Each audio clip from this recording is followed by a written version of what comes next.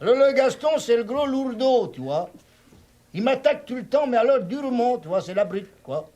Alors moi, je réponds gentiment aussi, mais enfin des fois, ben j'ai dit des petites vérités.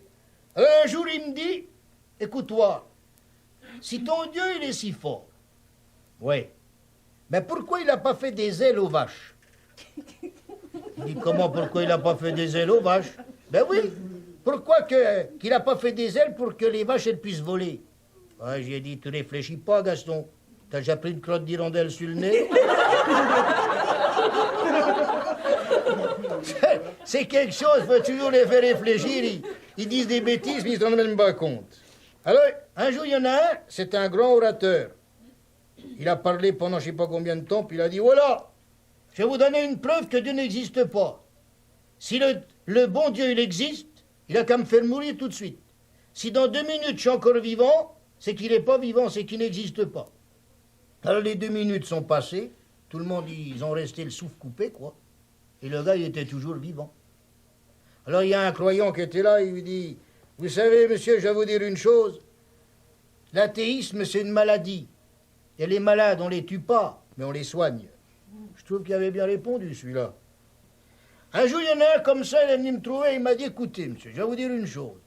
Moi, je suis pas n'importe qui. Je suis un homme très instruit. Je suis un homme qui a des diplômes. Et j'ai lu dans la Bible qui a marqué que celui qui ne croit pas en Dieu, c'est un insensé.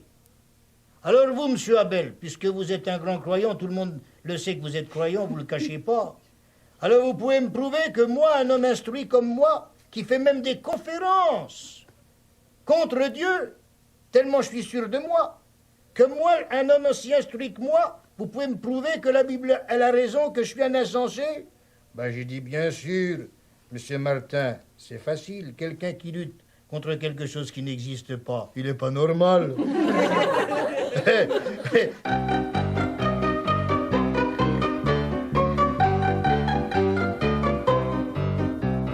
C'est la fête dans ma tête, mon cœur est léger. Les hommes m'avaient condamné. C'est la fête de prophète Jésus de Galilée. Lui m'a tout pardonné. Ils avaient ramassé des pierres pour me lapider. J'étais tombé en adultère, ils voulaient m'écraser. Mais il a écrit sur la terre, puis les a regardés. Comme de mauvais oiseaux, ils se sont envolés. C'est la fête dans ma tête, Jésus m'a sauvé. Il a tout effacé. Dans le ciel, ma place est prête pour l'éternité. Une robe blanche il m'a donnée.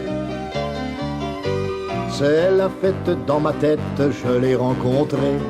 Et depuis ma vie a changé. Tu es Céphas, fils de Jonas, mais je vais t'envoyer proclamer la vérité. Ils sont venus lier le maître comme un malfaiteur. Et moi je suis devenu traître parce que j'ai eu peur. J'entends encore dans ma mémoire, j'entends le coq chanter. C'est difficile à croire, il a tout pardonné.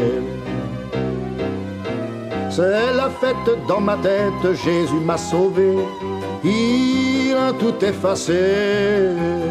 Dans le ciel, ma place est prête pour l'éternité. Une robe blanche il m'a donnée.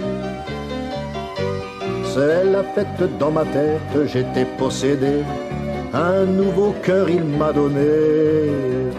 Dans mon âme une flamme, lumière et sainteté a brûlé tout mon passé. Je m'appelle Marie-Madeleine et je pleure de joie. Il est venu briser mes chaînes, il est venu pour moi. Le poison était mon breuvage, l'angoisse était mon pain.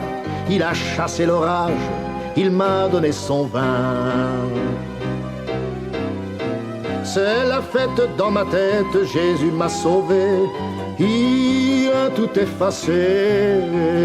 Dans le ciel, ma place est prête pour l'éternité. Une robe blanche il m'a donnée.